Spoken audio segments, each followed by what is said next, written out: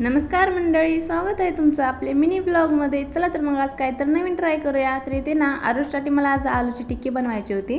तर आता तुम्ही म्हणताल त्यात काय नवीन, तर मी ही रेसिपी ना पहिल्यांदाच बनवत होते, म्हणून माझ्यासाठी ही रेसिपी नवीन होती।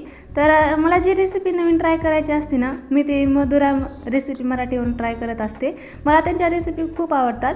तर हे पण रेसिपी त्यांचीच आहे, फक्त थोडा बदल मी माझ्या पद्धतीने केला आहे। तर इथे ना मिक्सरच्या भांड्यामध्ये 1 वाटी पोहे आणि 2 चमचे तांदूळ टाकून छान मिक्सरच्या भांड्यामध्ये वाटून तयार करून घेतलं।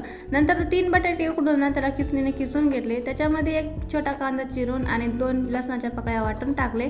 नंतर हळद, मीठ, मिरचू आणि आपलं जे मिक्सरमध्ये वाटलेलं वाटण होतं ते टाकून छान कणिक मळून घेतली आणि 15 मिनिटं त्याला रेस्ट करू दिलं। 15 मिनिटानंतर टिक्क्या बनवायला घेतल्या होत्या।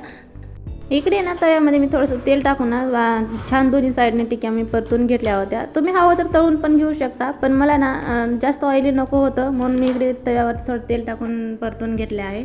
आणि आरुषला तर खरंच खूप आवडल्या आहे टिक्क्या, आणि तुम्हाला आवडल्या का कमेंटमध्ये नक्की सांगा। आणि टेस्टला तर खूप छान झाल्या होत्या ह्या टिक्क्या, तर आरुषनं खूप एन्जॉय केला। नंतर संध्याकाळी ना इकडे मला चहा बनवायचा होता, हे कामावून आले होते, यांना चहा दिला। आणि इकडे ना जेवणामध्ये मला काहीतरी सिम्पलच बनवायचं होतं, म्हणून मी इकडे मसाले भात बनवला होता। आणि तुम्हाला माझे व्हिडिओ आवडत असतील तर प्लीज व्हिडिओला लाईक आणि आपल्या चॅनलला सबस्क्राईब केल्याशिवाय जाऊ नका। चला तर मग बाय।